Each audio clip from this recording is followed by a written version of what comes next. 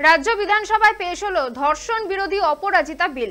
আইনমন্ত্রী মলয় ঘটক পেশ করলেন অপরাজিতা নারী ও শিশু বিল 2024। সোমবারই এই বিলের খসড়া প্রত্যেক বিধায়ককে দেওয়া হয়েছিল। সেই মতো এদিন বিল পেশের আগে বেশ কিছু সংশোধনী সহ প্রস্তাব জমা দিয়েছেন বিরোধী দলনেতা শুভেন্দু অধিকারী। এদিন বিধানসভার বিল পেশ হওয়ার পর তা সমর্থন জানায় বিজেপি। মঙ্গলবার সকালে বিল পেশ হওয়ার পর বিল নিয়ে শুরু হয় আলোচনা। বিজেপির পক্ষে এদিনে বক্তব্য পেশ করছেন শিখা চট্টোপাধ্যায়, অগ্নিমিত্রা পল ও বিরোধী দলনেতা শুভেন্দু অধিকারী। শিখা ও অগ্নিমিত্রা দুই বিধায়কই জানিয়েছেন ধর্ষণ বিরোধী এই বিলে সমর্থন জানানো হচ্ছে। শুভেন্দু অধিকারী বক্তব্য পেশ করতে উঠেই বলেন বিলকে পূর্ণ সমর্থন করা হচ্ছে, তবে রাজ্যের বিলে নতুন কি আছে সেই প্রশ্নও তুলেছেন শুভেন্দু অধিকারী। বিরোধিতা না করলেও শুভেন্দুর দাবি ভারতীয় ন্যায় সংহিতায় সব আইন আছে, মৃত্যুদণ্ডের কথা বলা হয়েছে। তার বক্তব্য বিজেপি আসলে আন্দোলন বন্ধ করতে দৃষ্টি ঘোরাতে এই বিল এনেছে। ধর্ষণের মামলায় আরো কঠোর শাস্তির উল্লেখ করে বিল পেশ করেছে সরকার। শুভেন্দু অধিকারী এদিন বলেন আমরা চাই এই বিল দ্রুত আইন হিসেবে কার্যকর করা হোক, সেই দায়িত্ব মুখ্যমন্ত্রীকেই নিতে হবে। On behalf of BJP legislature party, I as leader of opposition fully support this bill named the Aparajita Women and Child West Bengal Criminal Laws Amendment Bill 2024. আমার অ্যামেন্ডমেন্ট গুলো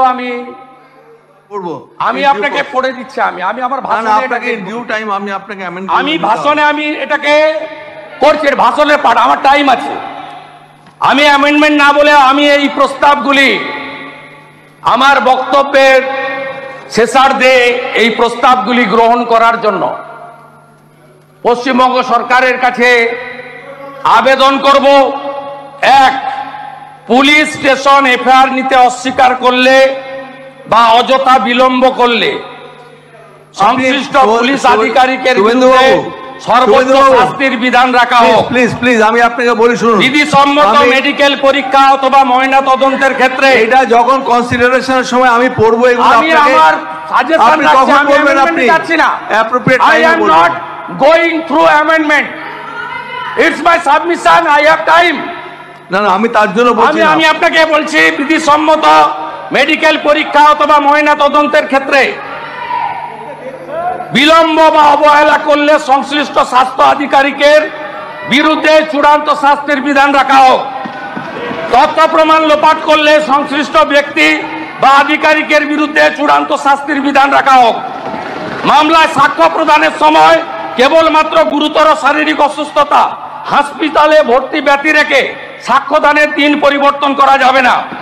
তদন্তকারী পুলিশ আধিকারিক এবং স্বাস্থ্য পরীক্ষাকারী চিকিৎসক অথবা স্বাস্থ্যকর্মী সাক্ষ্যদানের সময় বয়ান বদল করলে তাকেও শাস্তির আওতায় আনা হোক। সাক্ষ্যদান চলাকালীন রাজ্য সরকারের পুলিশ কর্তৃক সাক্ষীগণকে পূর্ণ নিরাপত্তা দিতে হবে এবং বিচার প্রক্রিয়া 30 দিনের মধ্যে সম্পূর্ণ করে শাস্তি কার্যকর করতে হবে।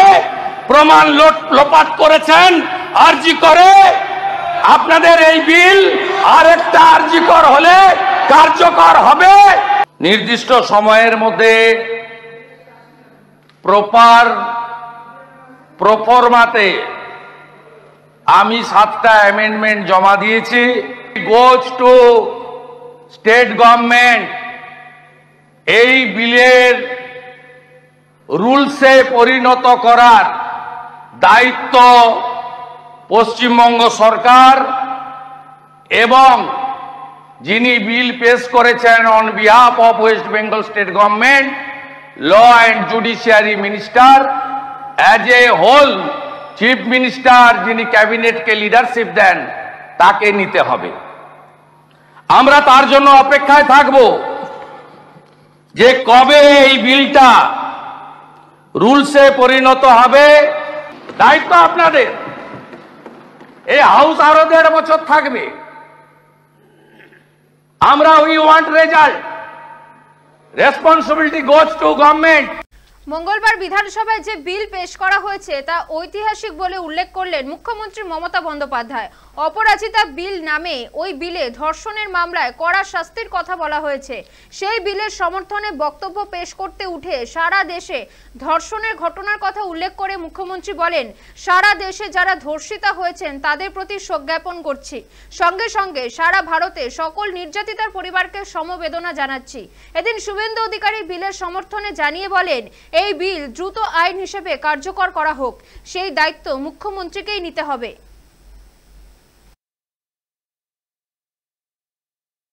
হিস্ট্রি রিপিটস ইটসেলফ, একটা কথা আছে, ইতিহাসের পুনরাবৃত্তি হয়। 3রা সেপ্টেম্বর একটি ঐতিহাসিক দিন।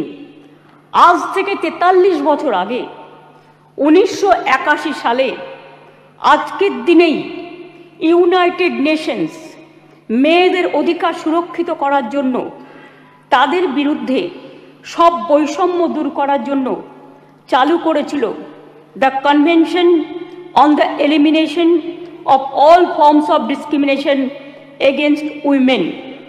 সংগঠিত হয়েছিল ইউএনের আন্তর্জাতিক নারী বৈষম্য বিরোধী কমিটি, এবং সেই দিনটা আজকের দিনের সাথে মিলে যাওয়াতে আমি ইউনাইটেড নেশনসকে অভিনন্দন জানাচ্ছি।